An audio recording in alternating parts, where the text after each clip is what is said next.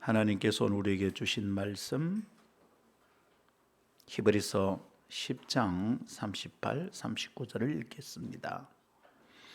나의 의인은 믿음으로 말미암아 살리라.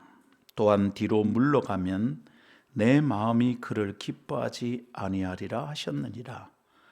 우리는 뒤로 물러가 멸망할 자가 아니요 오직 영혼을 구원함에 이르는 믿음을 가진 자니라. 아멘. 이것은 하나님의 말씀입니다. 하나님의 말씀은 능치 못함이 없습니다. 오늘 아침 저희는 온 마음 다해 주님을 높이며 믿음의 길을 먼저 걸어간 신앙의 선조들이 목숨 걸고 지켜낸 진리를 다시 묵상하며 저희의 삶을 돌아봅니다. 하나님 오늘 저희 가운데 오셔서 그 시대보다는 훨씬 편하고 모자람이 없는 시대, 믿음을 지키고 산다고 목숨의 위협을 받을 것이 없는 이 시대를 살아감에도 힘들다 이야기하는, 예수 믿기 고단하다 얘기하는, 피곤하다 얘기하는 저희를 오늘 주의 말씀으로 꾸짖어 주시고 말씀 안에서 다시 살 힘을 얻게 하옵소서. 하나님의 말씀이 사람의 생각을 이기는 줄 믿습니다. 말씀 붙들고 나아가게 하옵소서. 주 예수님 이름으로 기도하옵나이다. 아멘. 할렐루야. 1517년 10월 31일 독일의 한 소장파 신학교수, 아주 시골 신학교였습니다. 그 한 신학교수가 로마 교회 교리에 대한 95가지 조항의 반박문을 게시한 것으로 유럽은 거대한 변화를 경험하게 되었습니다. 그리고 세계 역사는 이전과 전혀 다른 흐름이 생겼습니다. 우리가 종교개혁이라고 부르는 그 일의 시작이 오늘부터 506년 전 이때쯤이었습니다. 교황권이 엄청나던 시절이었죠. 그것에 맞선다는 것은 목숨을 걸어야 할 일이었습니다. 마침내 교황은 그를 출교하고 파문을 선언하였고, 그를 죽이고자 하는 다양한 시도와 위협 앞에 아무런 보호막 없이 그는 홀로 서야 했습니다. 누구죠? 루터. 그는 아주 위험한 사람이 되어 있었습니다. 루터의 모든 책들을 불태우며 출교를 선언한 교황권에 맞서서 루터는 교황청의 출교 문서를 불태워버렸습니다.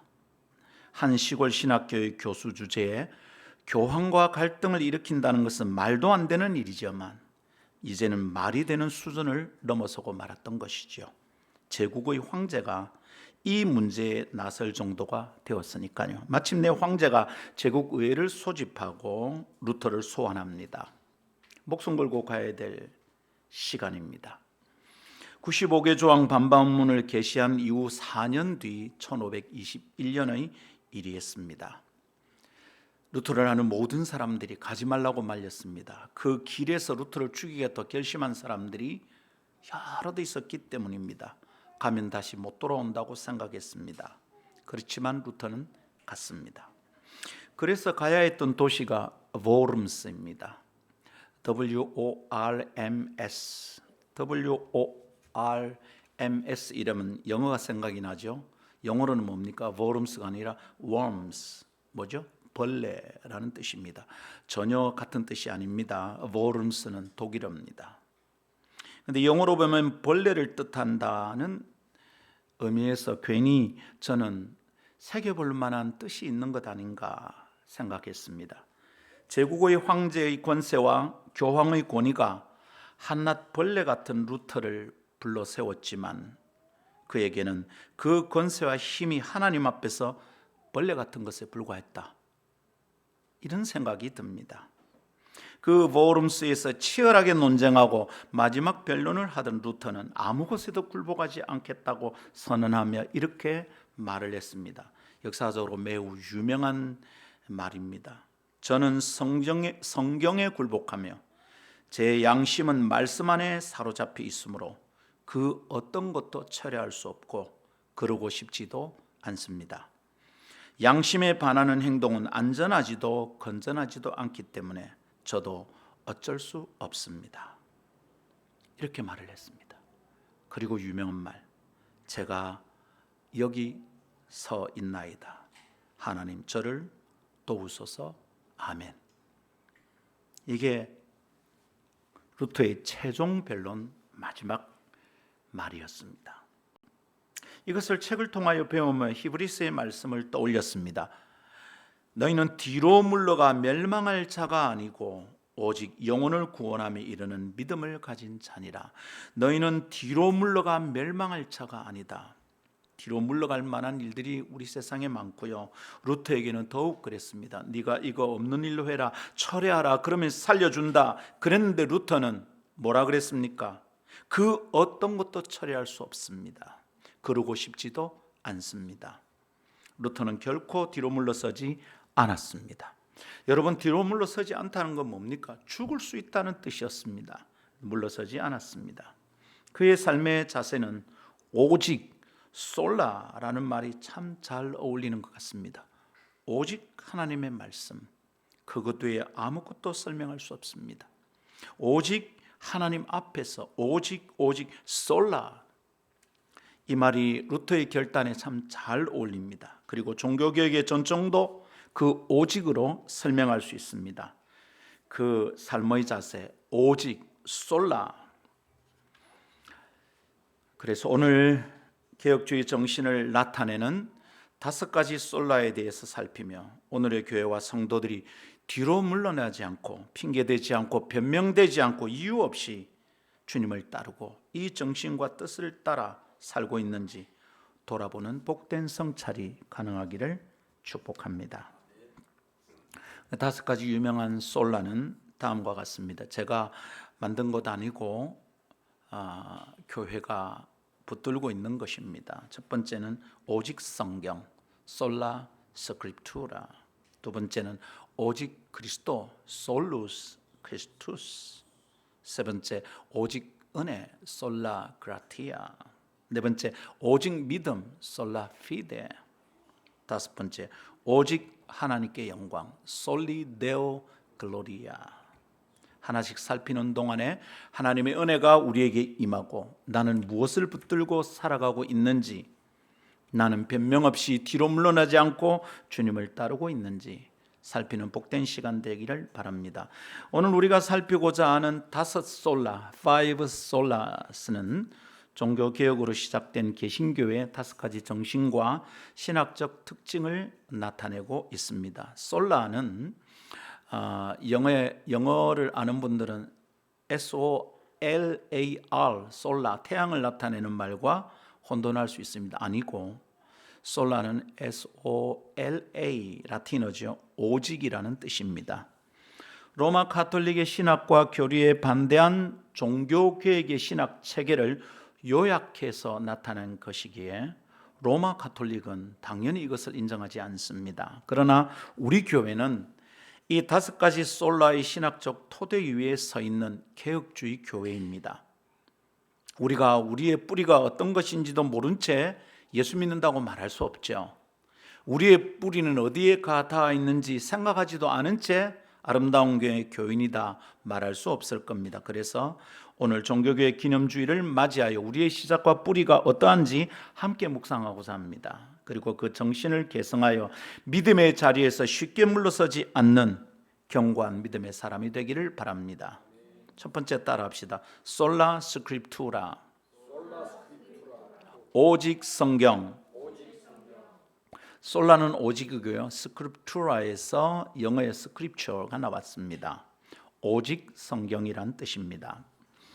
루터가 종교교육의 횃불을 들고 일어서게 만든 가장 중요한 뜻이 여기에 담겨 있습니다. 오직 성경, 이거 외에 다른 기준으로 허락하지 않겠다는 뜻이죠. 성경이 우리의 삶과 교회를 위한 궁극적인 권위를 지닌다는 뜻입니다. 이 권위 앞에 모든 것은 다 무릎 꿇어야 된다, 이런 뜻이죠. 그러니 루터는 나는 결코 처리할 수 없고 그러고 싶은 마음도 없습니다 라고 말을 했던 것입니다. 성경은 하나님의 영감으로 기록된 진리이기 때문에 최종적입니다. 그거 외에 다른 거 끝났어요. 성경이 말하면. 그리고 완전한 권위를 지닙니다. 거기에 더할 수 있는 게 없습니다. 1.1획도 더하면 안 되겠습니다. 그래서 기독교 교리의 유일한 원천이고 그리스도인이라고 이름 붙인 사람들이 살아갈 때 삶의 표본이고 기준이 된다, 이런 뜻입니다. 우리가 무엇을 고민하고 있다면 성경의 기준에 비추어서 내 고민이 합당한지, 내가 내리려고 하는 선택이 옳은 일인지 생각해야 된다. 삶의 표본과 기준이 성경이다, 이 말입니다. 그렇다면 그리스도인이라면 누구라도 이 성경을 읽고 이 성경을 사랑하고 이 성경을 가까이 하며 그 성경의 뜻을 묵상하고 살피며 따라 살도록 노력해야 합니다. 그런데 당시의 로마교는 어땠습니까? 성경을 성직자의 무기로만 사용했습니다. 일반인은 성경을 가지고 있지도 않았고 성경이 무슨 뜻인지도 몰랐습니다. 성직자들은 그 나라 말로 성경을 읽는 게 아니라 라틴어로 읽었습니다. 라틴어로 된 성경을 읽고 강론을 했습니다. 그러니까 일반인은 몰라요. 라틴어는 귀족 학교에서 배우는 말이었습니다. 그러니까 일반인들이 다니는 학교에서는 라틴어를 배울 수가 없었어요. 못 알아듣죠. 그것이 무슨 뜻인지도 모른 채 사제들의 가르침, 그게 하나님의 뜻이구나 받아들여서 따라야 했습니다. 그런 결과 어디까지 갔습니까? 면제부라는 비성경적인 교황청의 정책이 실행되고 있던 중이었습니다. 그러나 성경을 읽고 연구하던 루터는, 천주교의 전통의 가르침을 따라 열심히 수련하는 루터는 영혼이 공허했습니다. 무릎으로 계단을 기어 올라도 영혼은 안전하지 않다는 걸 깨달았습니다. 루터는 당시의 교회의 가르침이 성경과 다르다는 사실로 인해 몹시도 고통스러워했습니다. 교회는 성경으로 돌아가야 했습니다. 그리고 모든 사람이 읽을 수 있는 성경이 필요했습니다. 그래서 루터는 독일어로 성경을 번역하기도 했습니다. 독일어를 전공했었던 적이 있었던 목사로서 대학에 다닐 때 교수님이 이런 말을 들은 것이 있습니다. 현대 독일어의 문법, 문장 구조는 두 사람 때문에, 두 영향 때문에 완성되었다. 첫 번째는 루터다.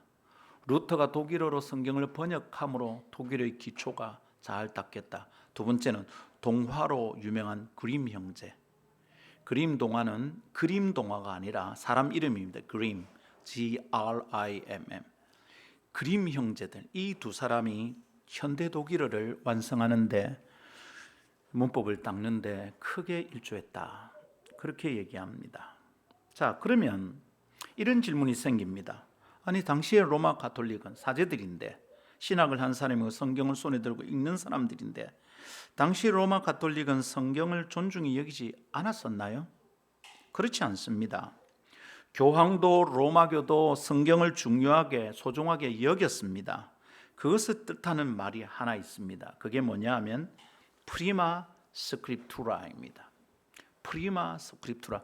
프리마는 영어의 프라임입니다. 우선적이다, 1번이다, 제 첫 번째다, 이런 뜻이죠. 그죠?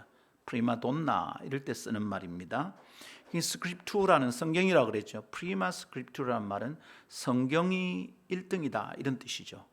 성경이 제일 위에다, 이런 말일 수 있겠습니다. 이거 어떻게 들립니까? 좋은 말이죠. 좋은 말처럼 들립니다. 그러나 프리마 스크립투라, 성경 우선이다라는 이 말은 매우 조심해야 될 신학 기준입니다. 그 뒤에 이런 뜻이 숨겨져 있습니다. 그 뜻은 이런 거예요. 성경은 우선적인 기준이 되지만 성경만이 교회가 따라야 될 기준은 아니다는 뜻이에요. 성경에 기록되지 않은 전승도 인정해야 된다, 이거예요. 교회는 성경만이 지킬 것이 아니라 교회 안에 내려오는 전통, 전승이 있는데 이것도 지켜야 된다, 이겁니다. 그래서 교회가 교회의 권위를 가지고 성경을 해석할 수 있다는 뜻이에요. 성경 위에 교회의 권위가 있고 사제의 권위가 있고 교황의 권위가 있다, 이런 말입니다. 그것이 프리마 스크립투라, 성경이 1번이다는 뜻이에요. 그러나 종교개혁의 정신은 솔라 스크립투라입니다. 오직 성경입니다. 성경이 1번이 아니고 성경만 기준이다, 이 말입니다. 솔라 스크립투라는 프리마 스크립투라를 반대합니다. 오히려 기독교의 모든 전통과 전승은 성경의 권위 아래에 있어야 한다는 주장입니다. 그동안 교황이 말하고 로마교가 말하던 주장과는 완전히 배치되는 거예요. 교황의 권위가 흔들리는 거죠. 사제의 권위가 흔들리는 겁니다. 교회의 전통이 쓰레기통에 들어갈 판입니다. 루터가 이 말을 하는 것이 무지 싫었던 거예요. 여러분, 교회의 전통이 있고 전승이 있어요. 그런데 이 모든 것이 어때요? 그 모든 것이 성경에서 그 근거를 찾을 수 없는 전통이라면 인정하지 않는다는 뜻이에요. 그건 다 쓰레기예요. 오직 성경과 성경 우선은 솔라 스크립투라와 프리마 스크립투라는 교리적으로 정반대의 자리에 서 있어요.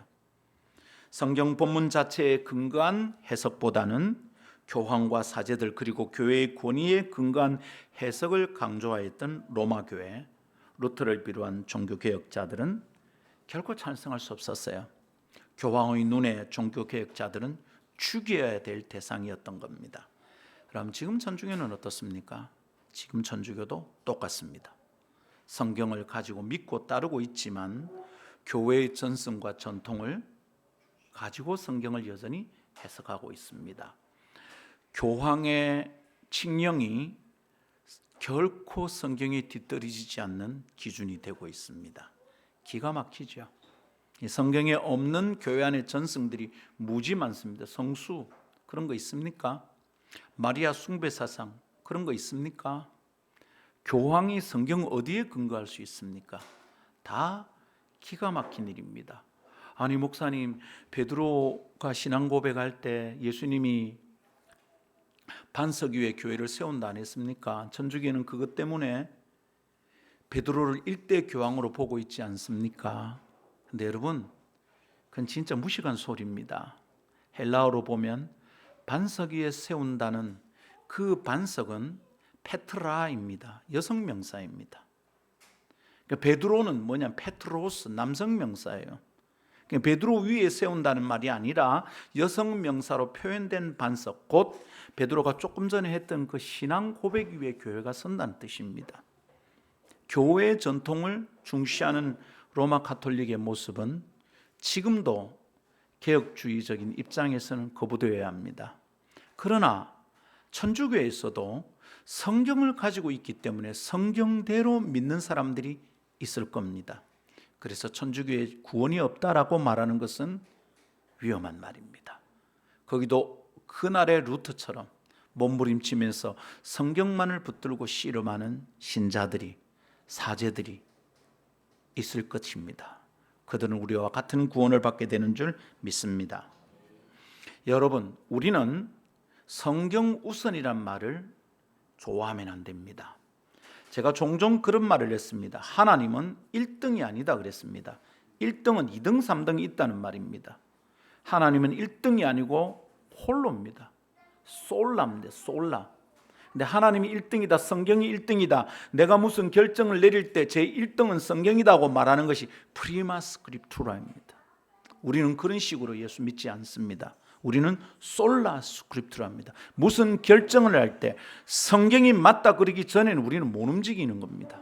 성경에 있는 것이 무엇인가를 자꾸 질문해야 됩니다. 그러니까 요즘 세상에 안 그런 사람이 어디 있나? 이 말은 매우 비성경적이고 반기독교적입니다. 우리는 그런 말 하면 안 됩니다.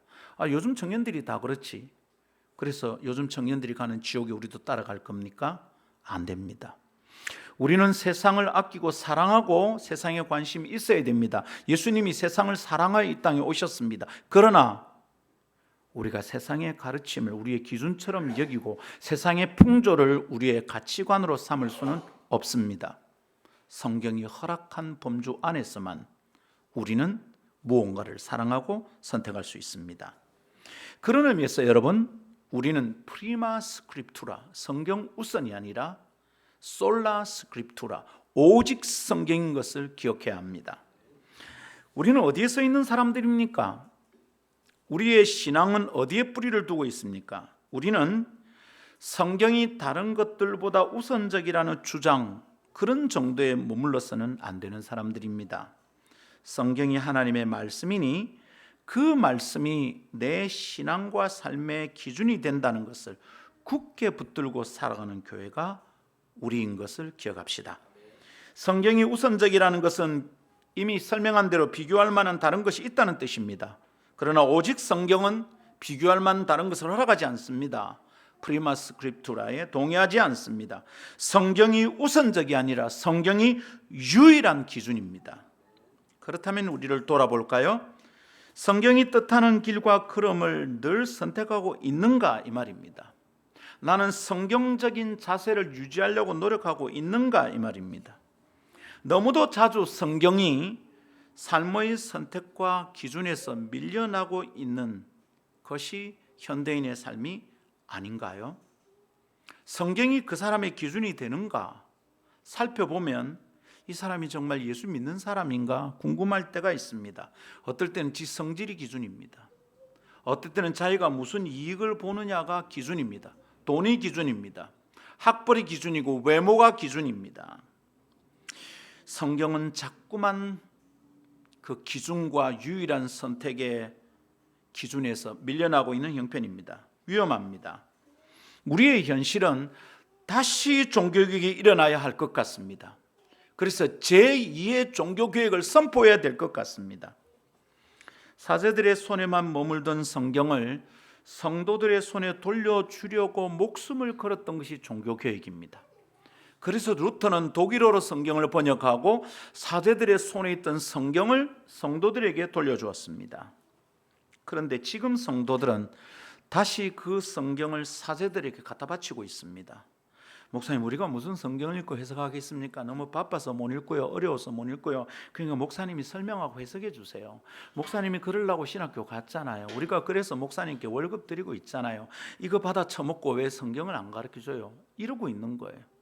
목사님 성경 읽으시고 우리는 너무 귀하니까 집에 가만히 모셔놓겠습니다.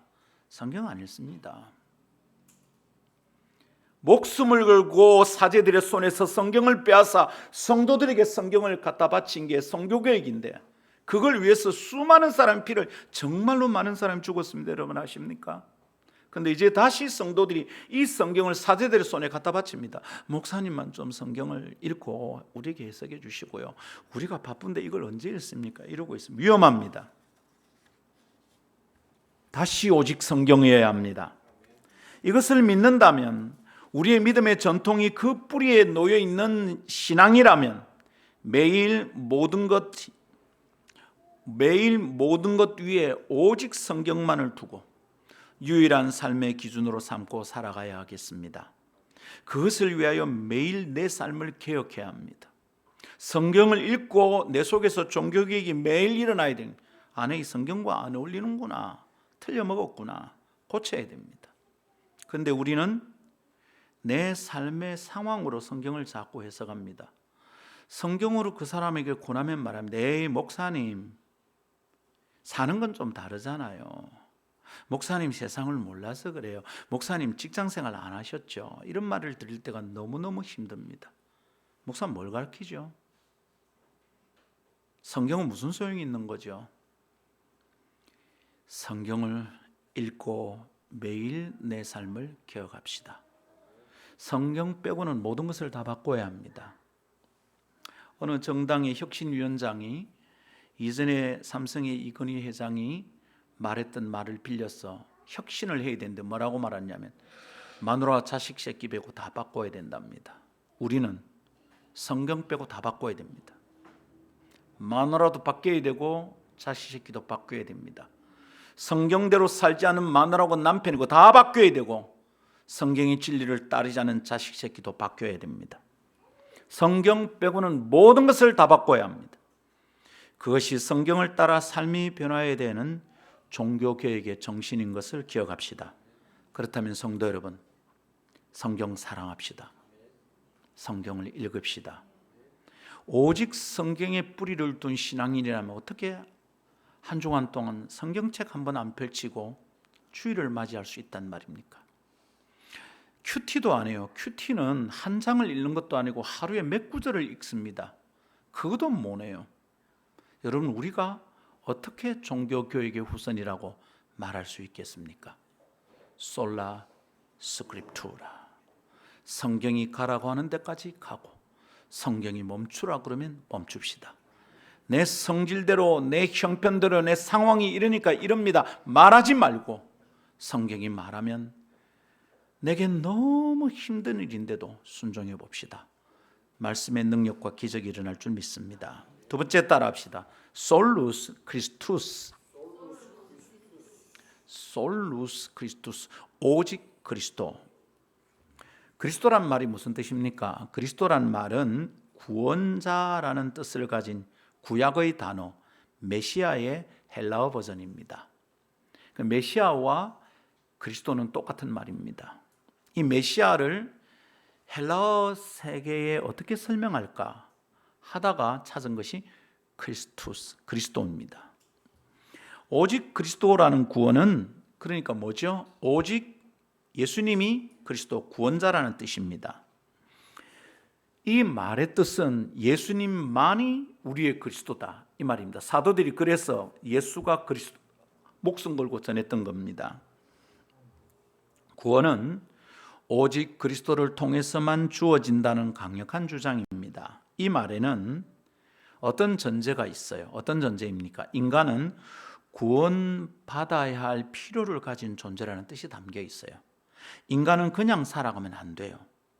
인간은 착하게 살아서도 안 돼요. 인간은 선한 의도를 하고 다른 사람을 많이 돕는다고 인간의 문제를 해결할 수 있는 게 아니에요. 인간은 구원을 받을 필요를 가지고 있는 존재예요. 이걸 깨닫는 순간이 하나님을 만날 순간입니다. 아, 내가 지금 별 문제 없이 산다고 해서 내가 안전한 게 아니구나. 이걸 어느 날 깨닫는 거죠. 인간을 자연인 상태에 그냥 그대로 두면 스스로의 죄 문제를 해결하지 못한 채 죄에게 종로로 타다가 죄의 형벌 안에 심판받을 수밖에 없는 거예요. 세상에 있는 모든 징그러운 일들, 엉망진창인 사건들은 사람이 죄에게 눌리고 노예로 살아갈 때 발생할 수밖에 없는 현상입니다. 이번 주간에 저는 국가대표 펜싱 선수가 당한 일을 지금 뉴스에 여기저기 누르면 막 인터넷 뉴스에 막 천지빛깔이 도배가 되어 있습니다. 읽다가 내가 화가 나고 징그러워요. 진짜 이 뭐한 짓인가? 세상이 엉망진창입니다, 여러분. 이거 어떻게 해결해야 되죠? 대통령 다시 뽑아야 됩니까? 국회의원 다시 뽑아야 됩니까? 그럽시다. 그래야 된다면. 그러나 여러분, 이런 인간의 문제를 어떻게 해결하고 누가 해결할 수 있는가? 궁극적인 해결점은 어디 있는가? 구원받아야 되는 거예요. 자신의 고통스러운 상태로부터 구원받기를 간절히 바라는 인류에게 누가 희망이 될 것인가? 그때 솔루스 크리스투스, 오직 그리스도다 이 말입니다. 여러분은 어떻게 살고 있습니까? 여러분의 문제에 대해서 유일한 희망이 예수 맞습니까? 난 지금 너무 힘든데, 우리 집안은 엉망진창인데, 내 새끼들도 내도 내 마누라도 내 남편도 엉망진창인데 내가 어떻게 해야 이 문제를 벗어날 수 있을까? 여러분, 그때 뭐가 필요합니까? 돈이 필요하죠. 집이 필요하고요. 애새끼 직장이 필요하고요. 남편의 연봉이 더 높으면 되겠죠. 아니고요. 솔루스 크리스투스. 딴소리하면 개혁주의 아닙니다, 여러분. 오직 그리스도 예수만이 죄에 노예된 상태에서 벗어날 수 없이 허덕이는 인간을 구원할 수 있습니다. 언제라도 굳게 붙들어야 됩니다. 이것은 그리스도께서 십자가를 지신 뜻이 무엇인지를 설명하는 것이죠. 예수님이 왜 십자가를 졌느냐? 로마 시대의 십자가를 지는 것은 아주 심각하고 못된 죄인이 십자가의 형벌을 받습니다. 예수님은 왜 십자가를 지셨나 이 말이에요. 그분은 거룩하신데 그분이 무슨 죄를 지은 게 없어요. 예수님을 처형하던 그 사형 집행관인 백부장이 예수님이 돌아가시고 나서 뭐라 했습니까? 과연 그는 의인이었도다 이래 말했단 말이에요. 그의 죄 때문에 이 죽을 이유가 없다 이 말입니다. 그러면 뭐 때문에 죽었냐고? 헛죽음이잖아. 죽지 않아야 될 사람이 죽었잖아요. 재판을 잘못한 거죠. 사형 집행을 잘못한 거죠. 헛죽었습니까? 아니고요. 죽을 이유가 있었어요. 솔루스 크리스투스는 이것을 설명하는 거예요. 예수님의 십자가는 제사장적 중보사역을 가리키는 거예요. 죄인과 하나님 사이에는 죄인이 하나님을 직접 만날 수 없어요. 중보자가 필요해요. 그게 제사장이었어요. 구약의 성도들에게는 제사장이 필요했습니다. 죄의 문제를 다루는 유일한 길이 그것이었습니다. 제사장의 양을 가지고 가서 양을 제물로 제사를 올려 드릴 때 하나님과 죄인 사이에 막힌 길이 열린다, 이렇게 믿던 게 구약이었습니다. 그러나 오늘날 우리는, 신약의 성도들은 더 이상 제사장에게 나아가지 않습니다. 우리는 직접 하나님께 나아갑니다. 그래서 오늘의 목사나 사역자들은 제사장이 아닙니다. 천주교의 사제와 개신교의 목사는 그런 면에서 다릅니다. 그들에게 고해를 하며 참여하는 것이 개신교에서는 허락되지 않습니다. 자기의 죄를 참여하는 것은 하나님 앞에서 하는 겁니다.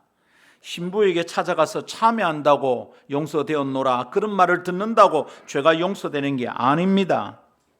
그런 행위는 오직 그리스도라는 정신에 위배됩니다. 성경적이지 않습니다. 하나님과 사람 사이에 어떤 중보자도 이제는 필요하지 않습니다. 오직 한 분만 있습니다. 누구죠? 예수 그리스도. 솔루스 크리스투스. 물론 우리는 사역자들을 존중합니다. 거룩한 삶을 살아가는 천주교의 신부들은 존경받을 만합니다. 아주 귀한 분들이 많습니다. 이미 고인이 된 김수환 추기경은 온 대한민국 국민들이 다 존경했던 사람입니다.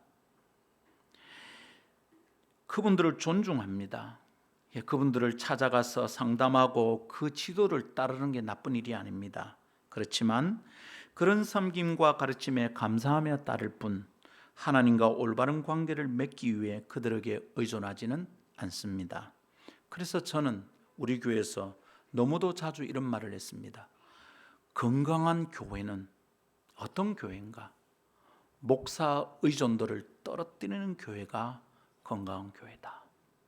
목사가 신방 안 오면 안 되고, 목사가 기도해 주지 않으면 기도 응답이 안 되는 것 같고, 목사에게 매달려 삽니다.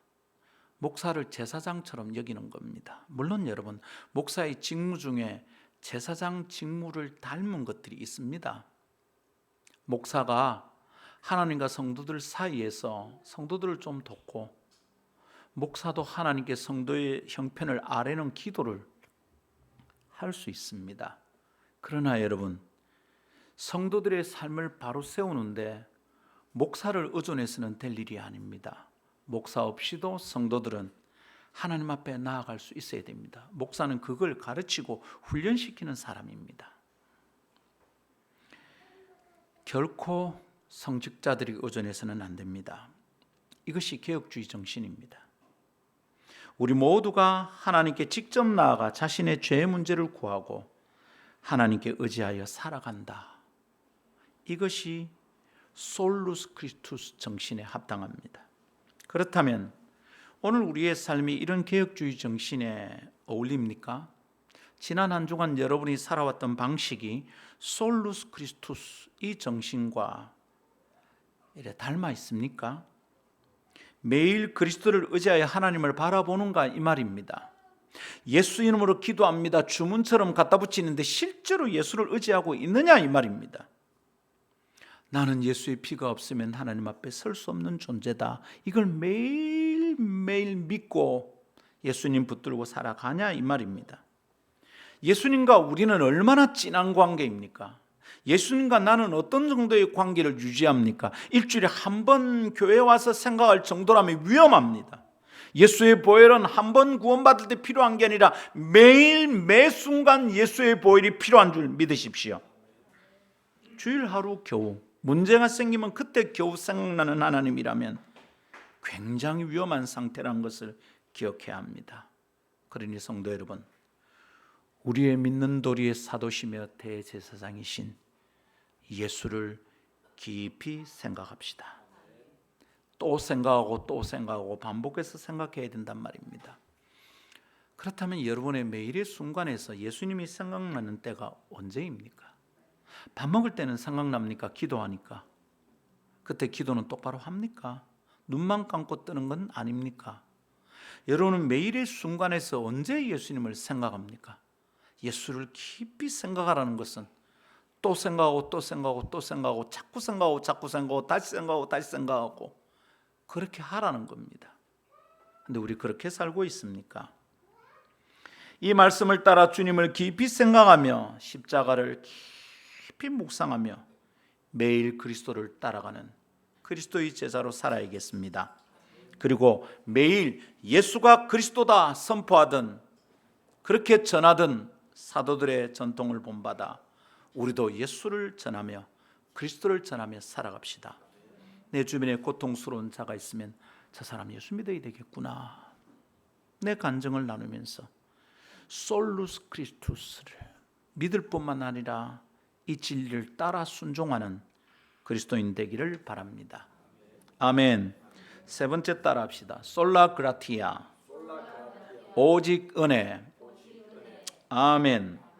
그라티아에서 영어의 그레이스가 나왔다는 것은 짐작이 되죠, 그죠? 솔라, 오직 그라티아, only grace. 오직 은혜로 구원받는다, 이런 교리를 설명하는 표현입니다. 물론 우리는 앞에서 살핀 대로 솔루스 크리스토스입니다. 그리스도께서 행하신 그 일로 인해서 우리는 구원받는 게 맞습니다. 예수 그리스도의 공로를 힘입어 구원받는데 그 공로를 우리에게 덧입혀 주는, 우리가 예수의 의로 옷 입는 이것은 전적인 하나님의 선물이라는 겁니다. 여러분, 그리스도 옷 입는다고 할 때 이 옷은 로마의 토가입니다. 토가는 뭐냐면 속에 그냥 속옷처럼 입고 노예들은 그냥 그러고 입고 다니는 거죠. 사실은 속옷의 개념이 현대인에게 있는 거지, 그때는 속옷을 입는 것은 귀족입니다. 속옷을 입고 로마의 귀족은, 원로원에 있는 사람들은 어쩝니까? 우아하게 몸에 감는 거 있죠. 그게 토가입니다. 토가. 그리스도도 옷 입는다는 말은 우리의 신분이 달라졌다는 뜻이에요. 우리가 속옷만 걸치고 다니는 누추한 인간들에게 로마의 토가 같은 것을 걸치게 해주셨다는 거예요. 그러면 귀족이 되는 거예요. 옛날에 옷은 신분을 나타내는 거거든요. 탕자가 돌아왔을 때 옷을 갈아입힌다는 것은 신분을 회복시킨다는 뜻입니다.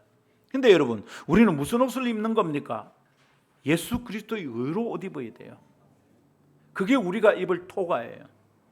근데 여러분, 그렇게 예수 그리스도의 의로 옷 입혀지는, 덧입혀지는 이것이 사람이 뭘 해서 되는 게 아니라 전적인 하나님의 선물이다, 이 뜻입니다.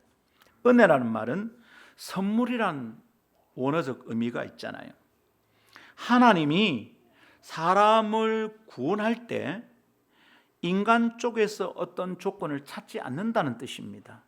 그래, 네가 좀 착하구나, 구원해 줄게. 아니다, 이 말입니다. 네 성경을 많이 읽었네, 구원해 줄게. 아니다, 이 말입니다. 네가 교회 일을 많이 했구나, 구원해 줄게. 아니다, 이 말입니다. 네가 이제 누군가를 가르칠 수 있을 만큼 성경 선생이 되었구나, 구원해 줄게. 아닙니다. 하나님은 오직 그리스도로 옷 입혀진 사람을 구원하십니다. 인간 쪽에서 무슨 조건을 찾지 않습니다. 다른 옷을 입은 사람을 주님은 어렵다고 보지 않고 그를 구원하지 않습니다. 오직 예수를 옷 입은 자만 찾습니다. 그런데 이렇게 예수로 옷 입는 것이 우리의 공로가 아닌 겁니다. 그래서 성경을 깨닫게 됩니다. 에베소 2장의 말씀에 마음이 기로워지고 소중히 그 말씀을 받아들이게 됩니다. 허물과 죄로 죽었던 너희를 살리셨도다. 허물과 죄로 죽었던 우리를 살리신 것이 누굽니까? 우리 주 예수 그리스도십니다. 그것은 뭐라고요? 사람의 행위에서 난 것이 아니다 했습니다. 사람의 행위에서 난 것이 아니니 사람이 자랑할 수 없다는 말씀을 우리는 에베소 2장을 묵상할 때 이미 받았습니다. 그런데 우리는 자꾸만 우리의 신앙을 자랑하고 싶은 거죠. 이러면 어떻게 되는 거죠? 솔라크라티아의 정신에 어긋나는 겁니다. 내 신앙이 인정받고 사람의 칭찬을 받고 싶은 거예요. 내가 열심히 했는데 누가 칭찬하면 삐지는 거야. 교회를 안 나오겠대요. 사람들이 내가 어떻게 수고했는지 인정하지 않고 이번에 장로투표에서 나를 안 찍었네, 이놈의 교회 떠나야 되겠다. 이거는 개혁주의 정신에 비하면 완전히 빵점입니다. 이 사람 구원받았나 의심해 봐야 돼. 자꾸 내 신앙을 자랑하고 싶은 거죠. 내가 교회를 위해서 뭘 한 것을 자꾸 뽐내고 싶은 거죠. 내가 뭘 한 것을 교회 안에서 인정받고 싶고 사랑의 칭찬을 자꾸 받고 싶은 거예요. 그 칭찬 받으려고 더 열심히 하는 거예요. 더 잘하려고 하는 거예요. 남들보다 내가 더 열심히 있다는 걸 자꾸 보이고 싶은 거예요. 더 잘하고 싶은 거예요. 그래서 여러분, 남들보다 더 인정받아, 남들보다 더 빨리 권사가 되고 더 빨리 장로가 되고 싶은 거죠. 더 젊은 나이에 직분을 받고 싶은 거예요. 조심해야 합니다. 그런데 생각해 보세요. 질문합니다. 그런데 우리에게 그럴 만한 선함이 있던가요? 여러분은 여러분 꼬라지를 스스로 보면 괜찮습니까? 저는 하루에도 수십 번 내가 이상합니다. 야, 이게 목사가 나 아직 까맣구나. 어제도 김 집사님과 이래 얘기를 나누다가 김 집사님도 저도 똑같이 집사님 자꾸만 아이고 목사님에 비하면 저는 형편없지. 와, 목사님이 아직 안 된다면 나는 뭡니까? 집사님 똑같습니다. 똑같아요. 목사는 아니까, 법을 아는 아들이 법망을 피해가듯이 성경을 아니까 중요한 순간에 괜찮은 척하는 겁니다. 우리에게 무슨 선함이 있습니까? 매일 큐티하면 내가 의로운 사람이 됩니까? 11조 안 빼먹으면 하나님께 의로운 사람입니까? 매주 주일 성수하면 내가 괜찮은 사람인 겁니까? 안전합니까 내가? 그 생각이 우리를 매우 위험하게 만듭니다. 죄인이 은혜로 구원받았는데 무슨 다른 자랑거리가 있다고 그렇게 나대는지, 뭘 그래 다른 사람보다 나은 게 있다고 남들보다 더 자신이 낫다고 생각할 뭐가 있습니까? 죄인인데. 우리 모두 겸손히 주님의 은혜를 바라볼 뿐입니다. 솔라 그라티아. 은혜가 아니면 우리는 아무 가치가 없는 쓰레기예요. 먼지예요. 우리는 흙에서 지었어요. 흙이란 말은 먼지라는 뜻이 있어요.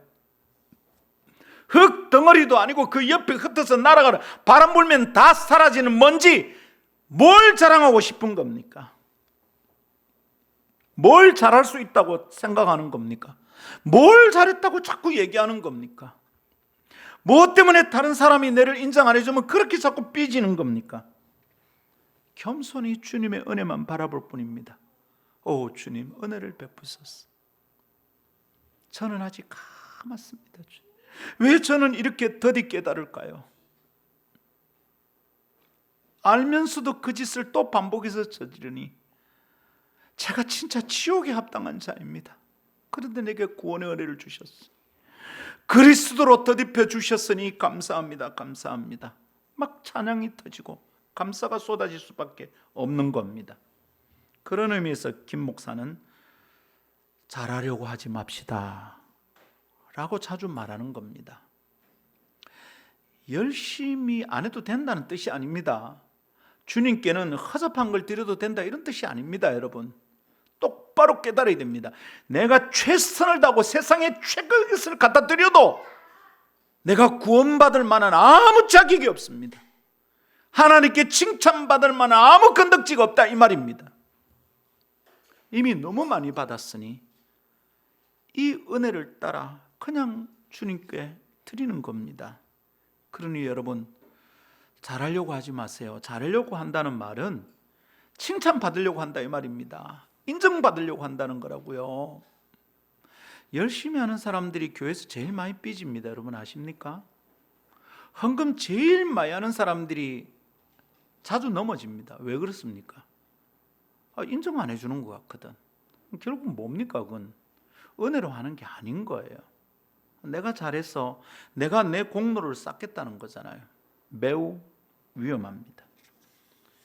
우리 잘하려고 하지 맙시다. 다시 마음에 새깁시다. 우리는 값 없이 하나님의 은혜로 구원받습니다. 내가 무슨 대가를 치르는 게 없다 이 말입니다. 내가 뭘 잘해서 구원받는 게 아니다 이 말입니다. 내가 인정받을 만한 무엇을 할 수 있는 존재가 아니다 이 뜻입니다. 내가 잘할 수 없는 사람이다 이 말입니다. 하나님은 당신의 선하심으로 우리에게 구원의 은혜를 허락하셨습니다. 그것은 은혜라는 말이 의미하는 대로 그야말로 선물입니다. 선물이에요. 대가를 주어서 받는 거래가 아닙니다. 선물을 받은 겁니다. 그리고 우리는 그리스도의 희생을 믿는 믿음으로 이것을 받아들이고 있는 중입니다. 구원은 절대적인 하나님의 은혜로 일어난 아주 엄청난 복입니다. 복된 사건입니다. 사람들은 많이 생각하고 착각하는 것 같아요. 이렇게 교회 안에서 하는 일을 하나님의 은혜라고 말할 때 사람은 아무것도 안 하고 하나님이 다 하는 거다. 어느 날 제가 설명을 하면서 그랬어요. 그래서 사람들이 아무것도 안 해. 은혜를 아무것도 안 해도 되는 줄 알아요. 아니, 우리가 해야 돼요. 그러니까 목사님 그럼 하나님이 한 50% 하고 사람이 한 50% 합니까? 아닙니다. 그럼 뭡니까?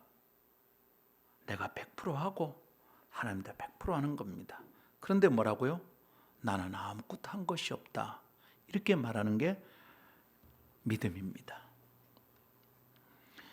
종종 그렇게 착각하는 것 같아요. 우리의 선행과 하나님의 역사가 합쳐져서 결합이 되어서 무슨 일을 하는 거다 생각하는 것 같아요. 틀린 말입니다. 신인, 하나님과 사람이 협력해서 하는 사역이 아니라 우린 믿어야 됩니다.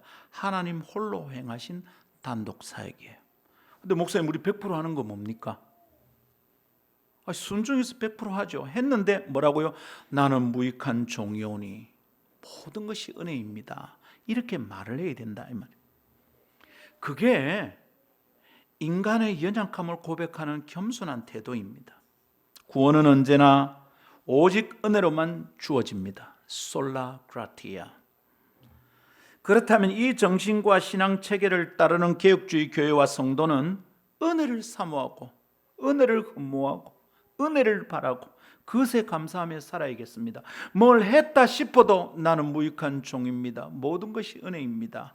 이렇게 말해야 된다고요. 그게 말만이 아니라 내 존재의 뜻이 되어야 된다고요. 내 속뜻이 그래야 되는 거예요. 근데 잘 삐끼거든. 잘 시험 들거든.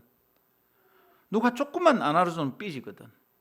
말 안 걸어주면 삐지고 누가 인정하지 않다고 삐지고 어떤 사람은 대표기도하러 막 칭찬하더니 내가 대표기도하는 나는 칭찬도 안 한다 이러고 목사가 잊어버릴 때가 있어요. 네. 누군가는 뭐 식사 준비했다 이러면 막 두 문장 세 문장 말하다가 내가 쇠가 빠지게 준비해 왔는데 한마디도 안 해주고 자꾸 삐지는 거예요. 저 집안은 막 칭찬하는데 우리 집안은 칭찬을 안 하더라 삐지는 거예요. 그래서 여러분 목사들이 헌금 봉투 가지고 읽는 교회들이 있잖아요. 얼마나 긴장하는 줄 압니까? 가나다 수도 뒤에서 헌금 수선자들이 다 정리해서 들고 오는 거예요. 혹시 빠졌어? 난리가 나는 거예요. 뭐 하는 짓입니까? 도대체 뭐 하는 짓이냐고. 이게 교회냐고. 이게 이 땅으로 살아라고 예수께서 우리를 왜 죽으셨냐고. 우리가 무슨 자격이 있어 예수님이 죽어주신 거냐고요. 정신 똑바로 차려야 됩니다. 열심히 하고서도 I'm nothing. I'm nothing. 겸손하게 은혜 받은 자의 삶을 사는데 우리 더 집중하도록 합시다. 자꾸만 은혜를 생각하고 은혜를 흠모하여 은혜를 힘입어 살아야겠습니다. 모든 것이 은혜. 참, 그 찬양이 얼마나 좋은지. 무엇인가 잘하는 것이 있다 싶을 때, 내가 좀 잘하는갑다 싶을 때마다 조심해야 됩니다. 시험 들 때입니다. 그때마다 모든 것이 은혜임을 자랑하고 하나님이 하셨습니다. 나 말고 다른 사람을 좀 칭찬하고 그러면서 살아가는 교회가 되기를 바랍니다. 네 번째 따라 합시다. 솔라피데. 오직 믿음. 솔라피데. 오직 믿음. 이 교리는 죄인이 오직 믿음으로 의롭다 하심을 받는다는 뜻입니다. 죄인은 하나님께 나아가지 못하죠. 의인들이 하나님께 합당한 사람입니다. 죄인은 구원받을 기회조차 얻을 수 없습니다. 하나님께 가야 구원받을 기회가 열리는데 죄인은 하나님께 접근하는 것조차 허락되지 않습니다. 아시죠? 모든 사람이 죄를 범하였으며 하나님의 영광에 이르지 못하더니, 무슨 말입니까? 죄인은 하나님께 접근 불가다 이 말입니다. 하나님께 가야 구원받을 수 있는데, 거기 가야 은혜를 받을 수 있는데, 의인을 하나님이 맞이하시는데 나는 죄인이니까 안 된다 이 말입니다. 여러분, 이 말씀을 기억하고 묵상해 보십시오. 사람의 존재에 가능한 범위가 어디까지입니까? 내가 존재가 의미가 있으려면 이게 어디까지입니까? 내가 뭘 하면 어디까지가 가능한 겁니까? 예? 우리는 예를 들면 소나타를 살려면 어느 정도 돈이 있으면 되냐고. BMW는 얼마나 있어야 돼요? 벤츠는 얼마나 있어야 됩니까? 30평 아파트 사는 돈으로 50평 아파트를 살 수 있다 생각하면 말이 안 되잖아요. 우리는 하나님의 은혜를 얻으려면 내 존재의 가치가 어느 범위까지 가능하냐 이 말입니다. 하나님께 닿을 수 있습니까? 하나님의 진노를 내 의와 내가 가지고 있는 선함으로 이걸 다 하나님의 진노를 없이 할 수 있습니까? 하나님께 우리의 마음과 소원이 당도할 수 있을까요? 우리의 기도가 하나님께 닿을 수 있습니까? 내 기도가 얼마나 선하고 의롭기 때문에 하나님이 들으신다고 생각합니까? 다 자기 중심적이고 이기심에 쩔어 있는 강구인데, 여러분 뭐 기도하는지 보십시오. 여러분, 세계 선교를 위해서, 잃어버린 영혼을 위해서 기도하는 시간이 더 많은지, 여러분이 형편 때문에 기도하는 게 더 많은지, 우리가 언제 선한 의도로 기도할 수 있습니까? 그때 깨달을 겁니다. 난 불가능하구나, 이거죠. 우리 속에는 스스로 일으킬 만한 선이 없고요, 자발적으로 의롭게 될 수도 없어요. 의인이어야 하나님 앞에 설 수 있고요, 의인이어야 구원의 은혜를 받을 수 있는데 우리는 어떻게 의인이 될 수 있냐 이 말입니다. 오늘 본문을 기억합시다. 나의 의인은 믿음으로 말미암아 살리라. 아멘. 죄인이 의인이 되는 방법, 어떻게 하나님 앞에 살 수 있느냐? 하나님께 합당하지 않은 죄인이 어떻게 하나님과의 관계를 회복하는가? 오직 믿음. 솔라 피데. 할렐루야. 믿음으로 의롭게 된다 이 말입니다. 하나님께서는 절대 불가능 자체인 죄인에게 은혜를 베푸셨습니다. 그래서 솔라 그라티아입니다. 그리고 그 은혜는 그리스도를 통하여 인간에게로 임합니다. 그래서 솔루스 크리스투스입니다. 그런데 이 그리스도를 통한 은혜의 사역을 죄인은 그저 믿음으로 구원에 이른다는 뜻이 솔라 피데입니다. 오직 믿음입니다. 나는 믿는다, 하나님 날 잘되게 해주실까, 이 믿음을 말하는 게 아닙니다. 나는 오직 그리스도께서 행하신 하나님의 은혜 사역을 믿음으로 구원받는구나, 내가 잘나서 되는 게 아니구나, 이거죠. 자, 요약해서 마음에 간직하고 늘 고백합시다. 오직 믿음입니다. 우리는 믿음의 행위가 더해져서 무엇을 더 잘하고 많이 해서 구원받는 것이 아닙니다. 오직 그리스도를 믿는 믿음으로만 구원받는 줄 믿읍시다. 믿음의 행위를 더해서 구원받는다는 것은 개혁주의 도리가 아닙니다. 자꾸 무엇을 잘해서 인정받으려고 하는 것은 성경적인 자세가 아닙니다. 그것은 오히려 사람의 행위로 공덕을 쌓아야 무엇을 이룬다는 의미에서 너무도 중세적이고 어쩌면 불교적입니다. 불교를 믿듯이 예수를 믿어가 되겠습니까, 여러분?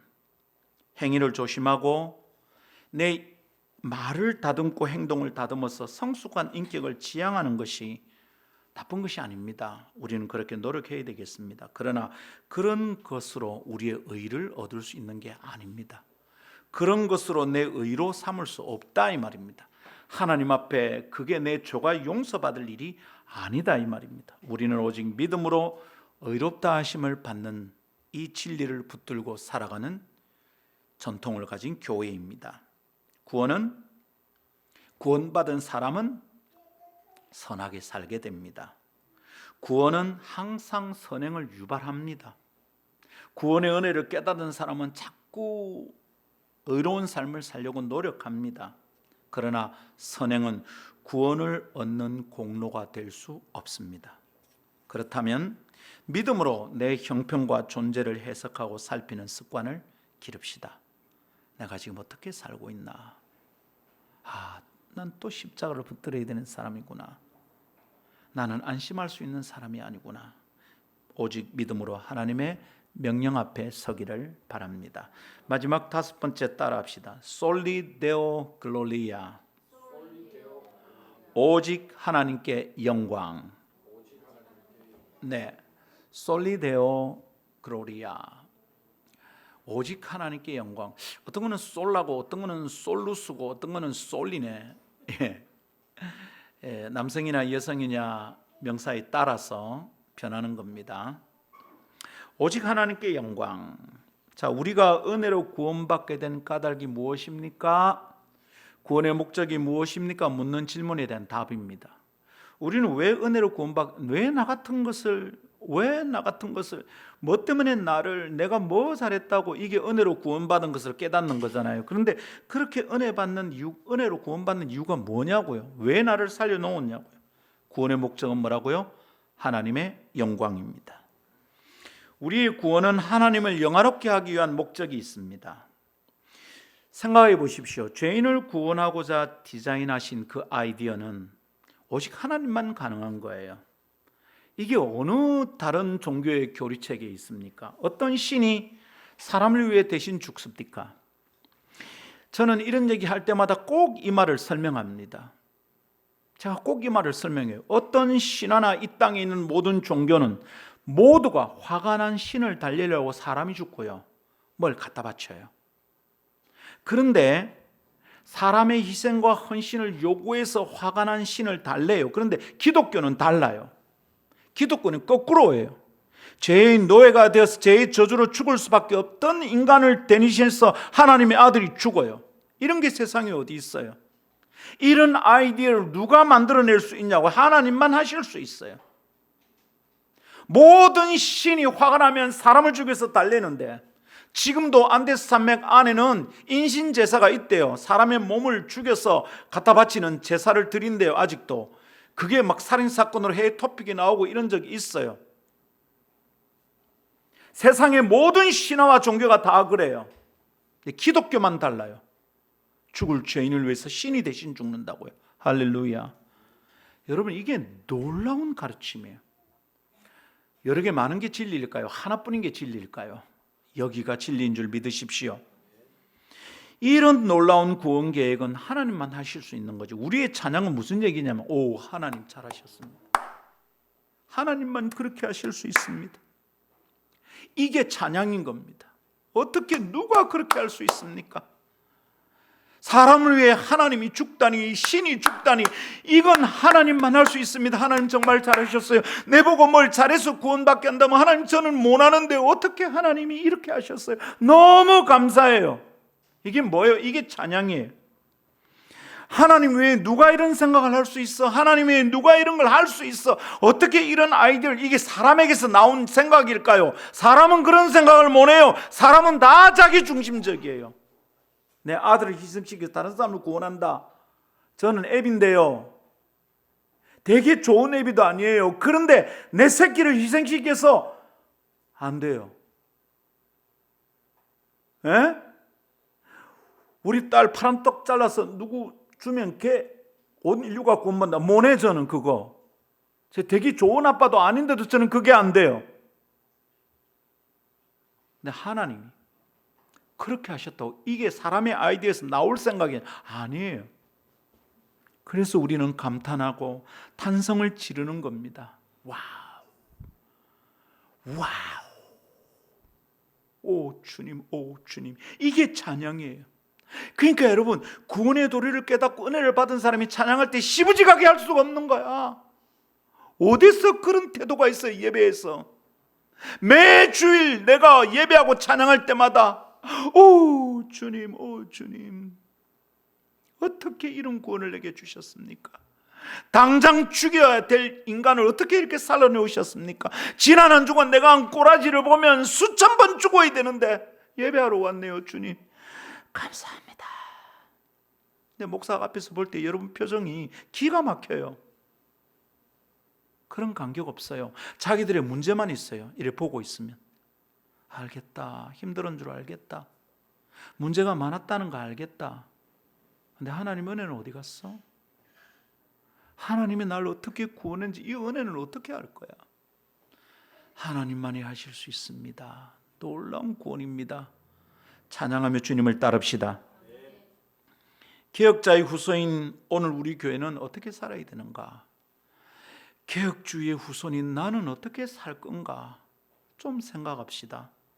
제발 생각 없이 투덜거리지 말고 감정만 가지고 살지 말고 성질대로 지르지 말고 생각하며 살아갑시다. 오직 하나님의 영광을 위해 전진하고 주님을 섬겨야 하겠습니다. 하나님의 영광이란 말은 이미 여러 번 말했습니다. 영광이란 말은 무겁다는 말에서 나온 거예요. 카바드에서 카보드가 왔어요. 하나님을 영광스럽게 한다는 내가 전교 1등 한다는 뜻이 아니고요. 전교 꼴찌를 해도 하나님께 영광이 될 수 있어요. 무슨 말입니까? 하나님의 뜻을 무겁게 여기는 거죠. 하나님의 말씀을 묵직하게 받아들인다 이 말입니다. 가볍게 내팽길 수 없다는 거예요. 머리가 나빠서 공부가 잘 안 돼. 옆에 아가 컨닝 시켜준대. 근데 하나님의 뜻이 무겁잖아요. 의롭게 살아야 되는데 아니야 안 볼래. 그래서 꼴찌했어. 야, 하나님의 영광을 위해서 한 거죠. 물론 평소에 공부 좀 열심히 해야지. 뭐가 하나님의 영광입니까? 그래서 우리는 식사 때마다 외칩니다. 먹든지 마시든지 무엇을 하든지 다 하나님의 영광을 위하여. 이거 성경에 있습니다. 고린도전서 10장 31절. 그래서 우리는 무엇을 잘했다 싶어 자랑하고 할 때마다 옆에서 옆구리 쿡 찌르는 게 주께 영광. 막 지자랑 떠들면 우리는 옆구리 찔려야 돼. 주께 영광. 그러면 빨리 받아서 주께 감사. 이래 해야지. 눈치를 주는데도 자꾸 지자랑하는 거예요. 그럼 자꾸 찔려야지. 주께 영광, 주께 영광, 주께 영광. 늦게라도 깨달으면 우리는 어째입니까? 주께 감사. 이게 우리 교회 문화입니다. 그냥 멋있게 하려고 만든 게 아니에요. 성경을 읽다가 묵상하다가 보니까 이래 해야 되겠더라고. 성도들 목사가 가르치는 것에 잘 따라주기를 바랍니다. 안 그러면 우리 다 자빠집니다. 네, 투덜거리다가 삐지다가 인생이 끝납니다. 천국은 가겠습니까? 오직 하나님의 영광 위에 삽시다. 또한 오직 하나님의 영광이라는 구원은 다른 한편 이런 주장과 뜻이 있기도 합니다. 대단하게 높은 자리에 앉아서 예배에 참석하는 성직자들이 영광받을 것이 아니라는 말입니다. 우리 교회는 강단에 의자가 없습니다. 물론 좀 좁아서 여기 놓을 데가 없어서 그렇습니다. 이전에 우리 교회가 강단이 좀 넓을 때도 강단에 의자를 놓지 않았습니다. 여기 앉아서 교인들은 다 일로 보는데 목사만 일로 보고 있는 겁니다. 어느 날 생각하는데 예배를 하고 있는 내가 예배 받는 느낌이 듭니다. 이거 아니구나. 나도 예배자의 좌석에 앉아야 되겠다. 그래서 여러분 설교할 때 아니면 제가 내려가 앉아 있잖아요. 다리가 아파서 앉아 있는 거 아닙니다. 우리가 다 하나님을 예배할 자들입니다. 교황 보십시오. 교황 하나님 같습니다. 천천히 움직입니다. 신자들이 이렇게 하는데 지는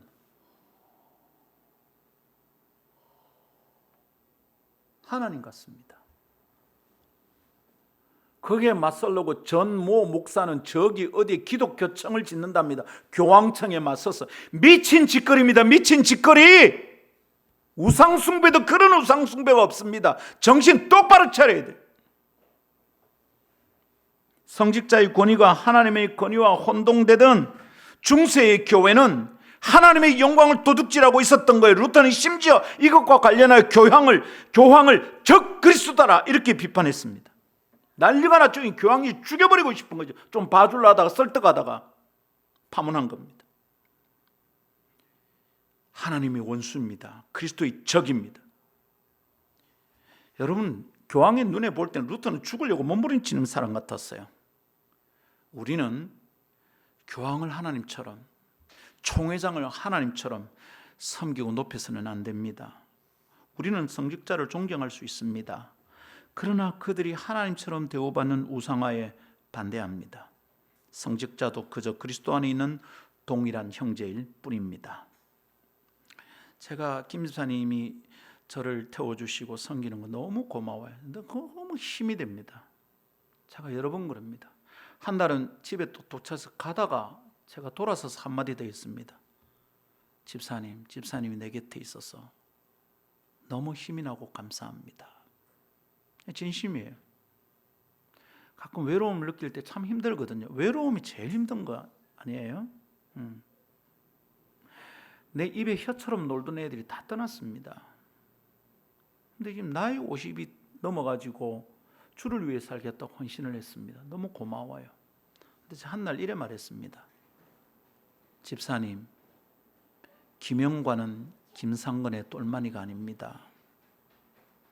진심으로 한 말이에요. 너무 감사한데 집사님 제 똘마니가 아닙니다. 제가 여유가 있을 때 설거지 할 수 있거든요. 제가 설거지를 하려면 집사님 막 뛰어오는 거야. 목사님 제가 하겠습니다. 가만. 지금은 내가 할게요. 왜 목사는 설거지 안 합니까? 모든 성도들이 줄 서서 밥 먹고 있는데 목사는 왜 앉아서 남이 갖다 주는 거 먹습니까? 목사로서 할 일이 있고 시간이 급할 때, 손님을 맞이하거나 오예배 준다고 바쁠 때 누가 식사 좀 받아줄 수 있습니다. 상황이 필요가 그래서 그렇잖아요. 근데 왜 아무 이유도 없는데 거기 왜 지는 앉아서 다른 사람이 밥 갖다 주는 걸 처먹습니까? 우리는 그리스도 안에서 다 동일합니다. 목사 영광 받으면 안 됩니다. 이 자리는 말씀을 섬기는 자리지 누구한테 존경을 받을 자리가 아닙니다. 성도들 잘 기억하십시오. 하나님의 말씀을 잘 가르치는 자를 배나 존경이라 바울이 교회에게 그렇게 가르쳤습니다. 그러나 목사가 영광 받아서 안 됩니다. 이런 면에서 개척교회 초기에 우리 교회 청년들이 막 갑자기 몰려와 막 100명이 넘었는데 바글바글 했습니다. 제가 그 예배를 마친 때마다 종종 이렇게 말했거든요. 오늘도 예배를 마치고 나면 목사님 수고했습니다 라고 말하는 성도들이 있어서 감사한데 누군가 한 번은 진심으로 마음을 담아서 형제님 감사합니다 라는 얘기를 한번 듣고 싶다고. 아무도 안 합니다. 지금까지 딱 한 사람 있습니다. 제 딸이 중학교 시절에 방학 때 귀국을 했는데 그날 예배를 하고 그날도 제가 그 얘기를 했거든요. 그 예배당이 좁아가지고요 120명이 바글바글 예배합니다. 그냥 조그만 이거 절반도 안 됩니다. 가운데 통로만 있을 때 제 딸이 가운데서 뚜벅뚜벅 걸어 나오더니 손을 딱 내밀고 큰 소리로 김상건 형제님 오늘 수고하셨습니다. 온 교인이 다 웃었습니다. 목사가 그렇게 하는 이유는 뭘까요? 우리가 그리스도 앞에서 다 동일한 형제라는 것을 어떻게든 하고 싶어요. 목사는요 가만히 있어도 자꾸 교만해질 것 같아. 사람들이 다 감사하다 하니까 다 대접하려 하니까. 우리 교회 들렀던 어느 권사님 자꾸 밥을 사줘서 우리가 식사를 대접하려 한 게 아니에요. 그냥 또 대접하려는데 아내가 화장실 가서 계산을 해버렸어요. 그분이 말하는 거야. 목사님이 왜 계산을 하냐고. 늘 목사는 얻어먹고 대접받는데 우리 교회는 목사가 대접할 때가 꽤 있습니다. 그렇죠? 아직 목사에게 대접받지 못한 사람은 교회 생활 잘 못하는 분이에요. 목사를 조금 더 자주 만나야 돼. 왜 자꾸 대접받습니까? 오직 하나님께 영광입니다. 김 목사는 그래서 모든 편지나 글의 끝에 하나님의 작은 종 이렇게 쓰는 것을 좋아합니다. 물론 이 말은 그레고리 교황이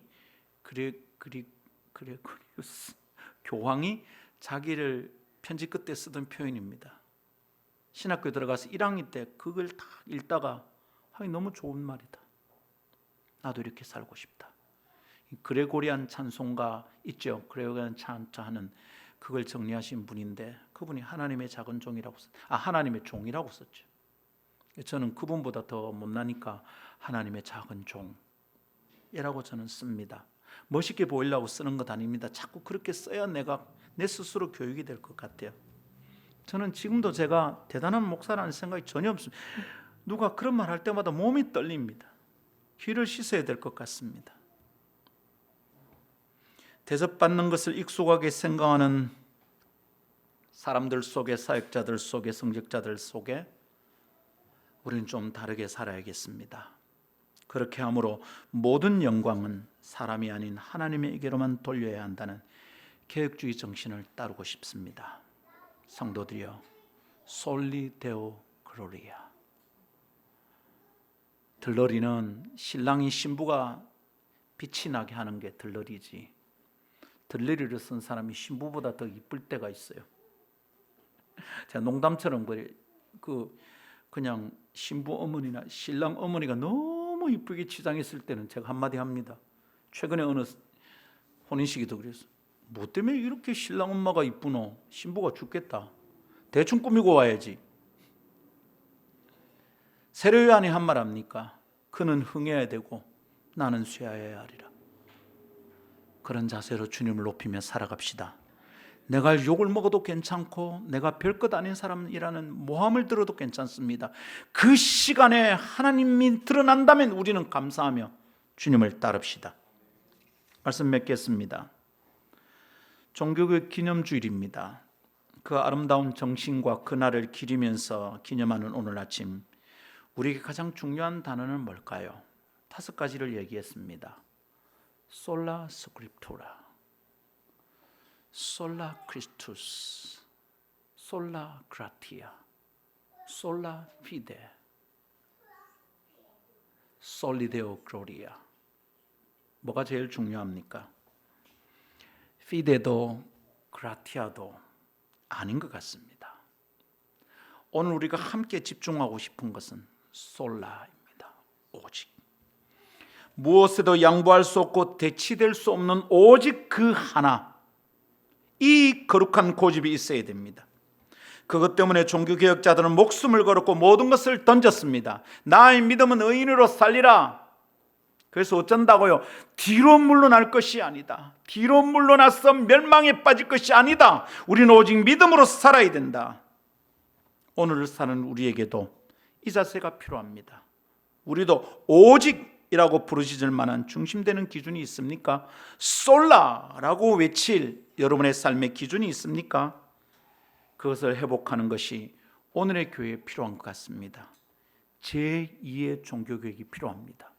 교회 안에 성도들의 개인의 삶에 날마다 혁신을 이루어 개혁하는 삶을 살아가는 성도들 되기를 축복합니다. 찬양합시다.